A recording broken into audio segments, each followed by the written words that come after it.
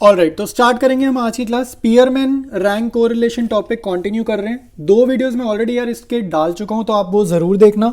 ये उसी का एक्सटेंशन है। थर्ड टॉपिक है हमारे पास कि रैंक कोरिलेशन में अगर मान लो आपको रैंक सेम सेम दिखी हुई मिल गई, कई बार रैंक्स ना इक्वल आ जाती हैं या उसी चीज़ को कुछ बुक्स में रिपीटेड बोल देते हैं, तो सेम आ जाए या रिपीटेड आ जाए तब आपको क्या करना है। तो आपका फॉर्मूला वही रहेगा, बस थोड़ा सा उसमें एक्सटेंशन है, कुछ ऐड करना है। तो ये जो ब्लैक से लिखा है ये तो पुराना फॉर्मूला है, ठीक है। अगर आप ध्यान से देखो, ब्लैक वाला तो आपका पुराना फॉर्मूला है 1 - 6 summation D square upon N cube minus N, तो ये तो हमारा पुराना फॉर्मूला है। जस्ट अब क्योंकि चीज़ें रिपीट हो रही हैं तो हमें ये लिखना है, एक्स्ट्रा चीज़ ऐड करिए फॉर्मूले में। वो क्या है, जो ये ब्लू कलर से लिखा है 1/12 M cube minus M plus 1/12 M cube minus M plus and so on. मतलब ये डॉट डॉट डॉट मतलब एंड सो ऑन, कौन सी चीज़ कितनी बारी रिपीट करिए। तो यहाँ पर एम की वैल्यू क्या लिखेंगे, number of times an item is repeated. कोई चीज़ 2 बार रिपीट होगी तो m की जगह 2 लिख देंगे, कोई चीज़ 3 बार रिपीट होगी तो m की जगह 3 लिख देंगे। ये कैसे करने, एक बार ही फॉर्मूले में जब हम अप्लाई करेंगे तो आपको ज़्यादा अच्छे से समझ में आएगा, ठीक है। तो मूव करते हैं सीधा न्यूमेरिकल की तरफ और बहुत अच्छे से हम समझेंगे फॉर्मूला एप्लीकेशन हमें कैसे करनी है। ऑलराइट, तो आपके सामने क्वेश्चन है, ठीक है, रैंक कोरिलेशन निकालना है। तो ये आपका क्वेश्चन है। अब क्वेश्चन को देखो, ध्यान से देखो, एक्स और वाई, ठीक है। तो ये हमारे को कुछ डेटा गिवन है और ये रैंक्स नहीं गिवन, रैंक्स हमें खुद से लिखनी है। तो ये सोल्यूशन है। अभी मैंने सिर्फ क्वेश्चन कॉपी किया, मेन सारा काम मैं खुद से अभी आपके सामने लाइव करूंगा। तो यहाँ पे देखो मैंने क्वेश्चन कॉपी किया 75, 73, 72, 72, ये देखो ये सेम आ गया, ठीक है। तो जो सेम आ गया मैं ज़रा इसको हाईलाइट कर देता हूँ, दोबारा से इसके ऊपर पेन चला रहा हूँ ताकि हाईलाइट हो जाए, तो आपको आराम से दिख जाएगा कौन सी चीज़ सेम है, ठीक है। उसके बाद 63, 62, 55, 50, कुछ रेपिटेशन नहीं है। इधर वाई सीरीज देखो 10, 11, 13, 13, 13, ये रिपीट हो रहा है, 13 रिपीट हो रहा है भाई बार बार ही, ठीक है। तो मैं इसको हाईलाइट कर रहा हूँ जान के, ताकि हमारे को आसानी से दिख जाए कि इस सीरीज में कहाँ पर रेपिटेशन है। फिर 20, 16, 28। अब देखो रैंक्स कैसे अलॉट करनी है। तो आप सबसे छोटी रैंक से भी ले सकते हो, सबसे बड़ी रैंक से भी ले सकते हो। तो हम लोग क्या करेंगे, सबसे बड़ी वाली रैंक उठाएंगे, उसको देंगे रैंक 1। तो 75 को दी मैंने रैंक 1। फिर 75 से जस्ट छोटी, 75 तो सबसे बड़ी थी तो रैंक 1, उससे जस्ट छोटी मैं ढूंढूंगा तो वो 73 है, उसको मैंने दिया रैंक 2। अब यहाँ पर मेरा को सोचना पड़ेगा क्योंकि 73 से जस्ट छोटा 72 है, लेकिन 72 2 बार है, तो मैं रैंक 3 और रैंक 3 लिखूँ या मैं रैंक 3 और रैंक 4 लिखूँ, या मैं क्या करूँ। तो इसको मैं एक एग्जाम्पल के थ्रू आपको समझाता हूँ एक रफ शीट पे। देखो भाई, मैंने जानकर यहाँ पे एक डिफरेंट सीरीज लिख रखी है, तो एक्स को यहाँ पर समझते हैं और फिर मैं वाई, एक और एग्जाम्पल है उसको समझेंगे। पहले एक्स को समझते हैं, 2 मिनट वाई इग्नोर करो, खाली एक्स को देखो। तो सबसे बड़ा यहाँ पे क्या है, एक सीरीज में 15, इसको मैंने दी रैंक 1, ठीक है, इसको मैंने दी रैंक 1। फिर 14 उससे छोटा, इसको दी रैंक 2। 13 2 बार आ रहा है। अब वही कंफ्यूज हो गए, थर्ड रैंक फोर्थ रैंक कैसे करें। तो थर्ड रैंक और फोर्थ रैंक का एवरेज करो, एवरेज करना होता है, आपको याद रखना है। तो 3 + 4 7/2, इसको डेसिमल में लिखो जाएगा 3.5। तो दोनों ही 13 को 3.5 रैंक देंगे। अब आपकी कितनी रैंक जा चुकी है, 1, 2 और 3 और 4, तो नेक्स्ट रैंक आपकी 5th होगी। ये चीज़ बस याद रखनी है, नेक्स्ट रैंक 4th नहीं देनी है। ये 3.5 3.5 ये 2 आइटम है ना, फर्स्ट सेकंड थर्ड और फोर्थ का एवरेज किया तो नेक्स्ट रैंक आपकी 5th जाएगी और फिर उसके बाद 6th जाएगी, ठीक है। एक और एग्जाम्पल लेते हैं, ठीक है, वाई वाला एग्जाम्पल लेते हैं। यहाँ पर सबसे बड़ा देखो, ये सीरीज थोड़ी लंबी है, उससे फर्क नहीं पड़ता। तो ये सबसे बड़ा वाला 25, इसको रैंक 1। 25 से छोटा देखो 21, 22, तो रैंक 2 रैंक 3, ठीक है, सेकंड और थर्ड। तो सेकंड और थर्ड का एवरेज करेंगे तो 2 + 3 5/2, 5/2 आता है 2.5, तो दोनों को ही 2.5 दे देंगे। अब लेकिन कितनी रैंक जा चुकी है, 1, 2, 3, तो नेक्स्ट रैंक हमारी 20 को देंगे 4th। फिर देखो अब फिर रेपिटेशन है, 18, 18, 18 3 बार है, तो 4th के बाद क्या आएगा, 5th, 6th, 7th। तो 5 + 6 + 7 और डिवाइड बाय, ये 3 आइटम थी तो डिवाइड बाय 3 करना है, 2 आइटम थी तो डिवाइड बाय 2 करना है। तो ये कितना आ गया, 6, 5, 11 और 7 18, तो 18/3, तो ये कितना आ जाएगा आपका 6, ठीक है। तो तीनों को 6 दे देंगे। अब नेक्स्ट रैंक 7 नहीं लेनी, 5, 6, 7 3 रैंक जा चुकी, नेक्स्ट रैंक आएगी आपकी 8th, ठीक है। तो यही आपको समझना है, ये एक एग्जाम्पल लिया है मैंने, तो एग्जाम्पल आपको समझ में आना चाहिए। फिर भी थोड़ा बहुत डाउट है तो क्वेश्चन करेंगे, तो क्वेश्चन में आपको और क्लैरिटी आ जाएगी। कंटिन्यू करेंगे एक सीरीज को, सबसे बड़े को मैंने रैंक 1 दिया, फिर उससे छोटे को मैंने रैंक 2 दिया। तो ये थर्ड और फोर्थ है, रेपिटेशन है। तो थर्ड और फोर्थ को मैंने एवरेज कर दिया, तो 4 3 7/2 ये मैंने करके दिखाया था अभी भी, 3.5। तो इसको भी 3.5, इसको भी 3.5। नेक्स्ट रैंक मेरी थर्ड फोर्थ फिफ्थ रैंक आएगी।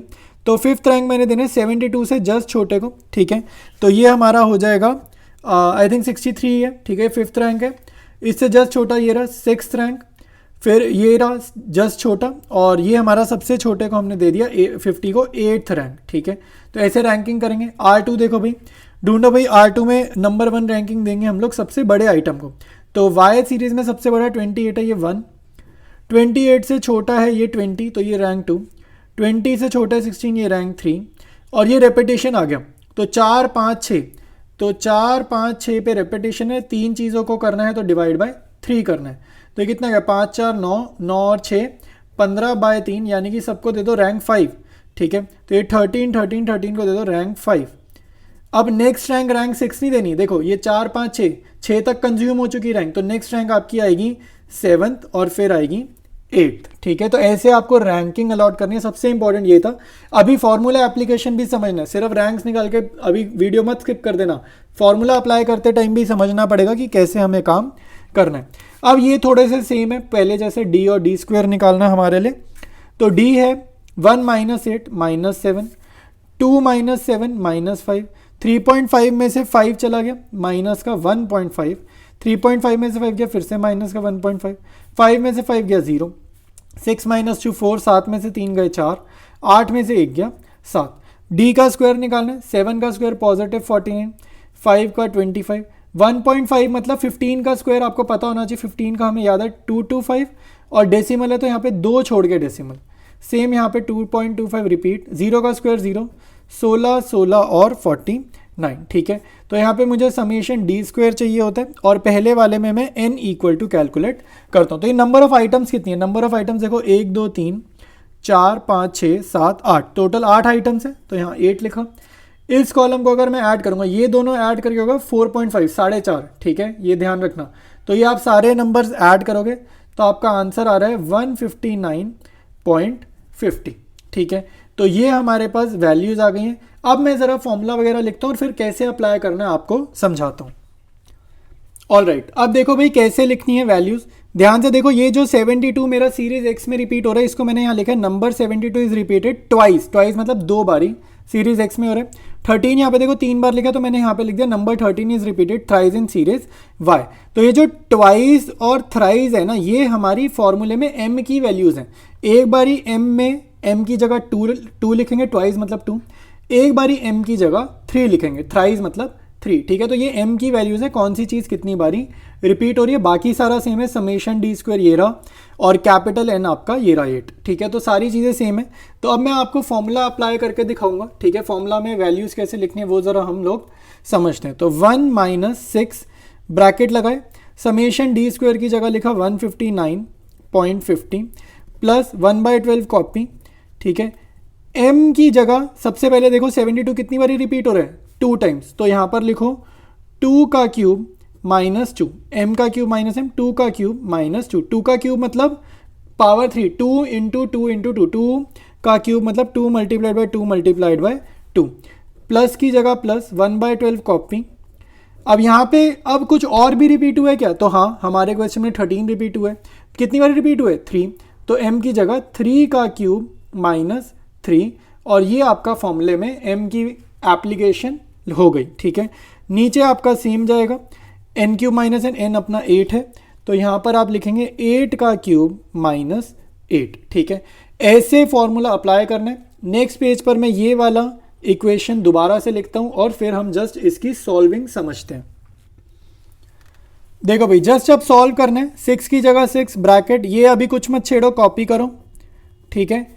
प्लस की जगह प्लस, 1/12 की जगह 1/12, 2 का क्यूब होता है 8, 8 - 2 6, ठीक है। 1/12, 3 का क्यूब होता है 27 - 3 24, ठीक है। तो ये आपका सॉल्व होना स्टार्ट हो चुका है, ठीक है।